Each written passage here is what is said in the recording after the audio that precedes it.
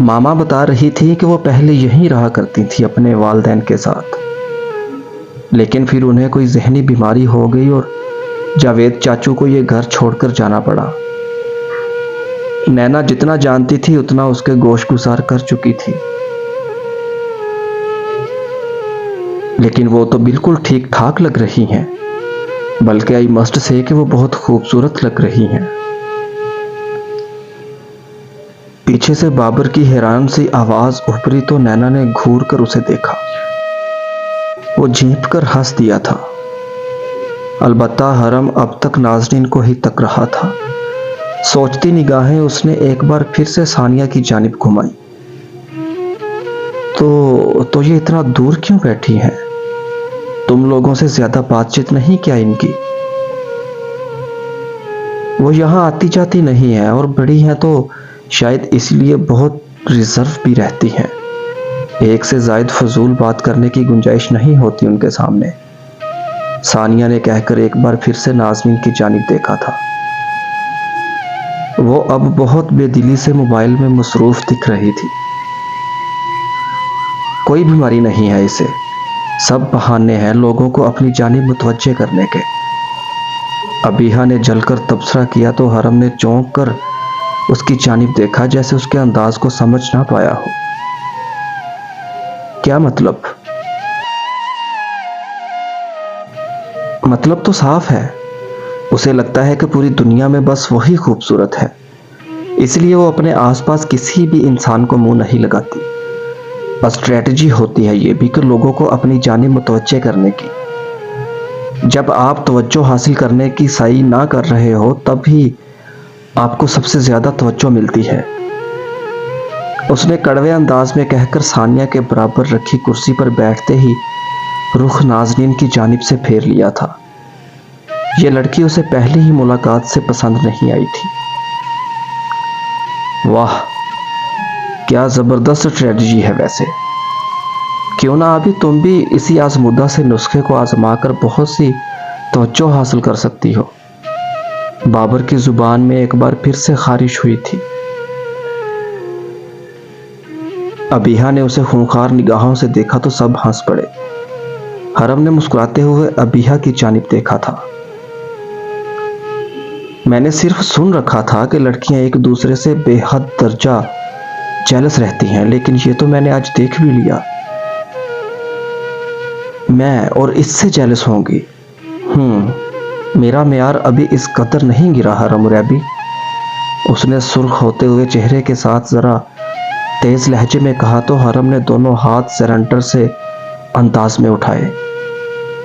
معافی چاہتا ہوں، میں آلریڈی گرم ماحول کو مزید ہوا نہیں دینا چاہتا، لیکن ایک بات سچ ہے، وہ بہت بے ضرر لگ رہی ہیں دکھنے میں۔ تمہیں اتنے جلدی اندازے قائم کرنے چاہیے کسی کے بارے میں۔ اچھا، وہ بے ضرر لگ رہی ہیں تو تم انہی کے پاس جا کر کیوں نہیں بیٹھ جاتے؟ یہاں کیا کر رہے ہو؟ وہ ہتھے سے اکھڑی تو ثانیہ نے بے چینی سے پہلو بدلا۔ نینا تو اپنی بہن کے ہر وقت کے شکایتی رویے سے تنگ آ چکی تھی، لیکن حرم بنا اثر لیے مسکراتا رہا۔ اچھا بابا، بس مذاق کر رہا تھا میں۔ ایسا کوئی مذاق نہ کیا کرو، اور ان کے بارے میں تو ہرگز بھی نہیں جو مجھے زہر لگتے ہیں۔ اس نے حرم کے نرم سے انداز پر نروٹھے پن سے کہا تو اس نے اس بات میں سر ہلا کر مسکراتے ہوئے اس کی یقین دہانی کروائی تھی۔ پھر یوں ہی نگاہ دور بیٹھی لڑکی پر ڈالی۔ اسی پل ناظرین نے اس کی جانب دیکھا تھا۔ وہ اس ارتکاز کو توڑ نہیں سکا، ناظرین نے ہی بیزاریت سے نگاہیں پھیر لی تھی۔ اگلے ہی پل مہندی کی رسم کا آغاز ہوا تو رضا کو سامنے اسٹیج پر لا کر بٹھایا گیا۔ ماند پڑتے کزنز کے چہرے کھل اٹھے تھے، وہ سب ایک ساتھ ہی اسٹیج کی جانب بڑھے تھے۔ حرم نے یوں ہی چہرہ موڑ کر بس اس شور ہنگامہ کرتے لوگوں کو دیکھا تھا۔ اب وہ بالکل بھی نہیں مسکرا رہا تھا، بلکہ اس کا چہرہ بے تاثر ہو گیا تھا، یوں گویا کبھی اس پر کوئی تاثر رقم ہی نہ ہوا ہو۔ گول میزیں خالی ہونے لگیں اور مہمان باری باری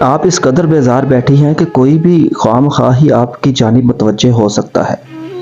مجھے لگا کہ شاید آپ کو کسی نے کھاتے میں نہیں لیا، تو کیوں نہ میں ہی آپ کو ذرا کمپنی دے دوں۔ نازنین خاموش رہی، خاموشی سے سامنے سٹیج پر مچے شور ہنگامے کو دیکھے گئی۔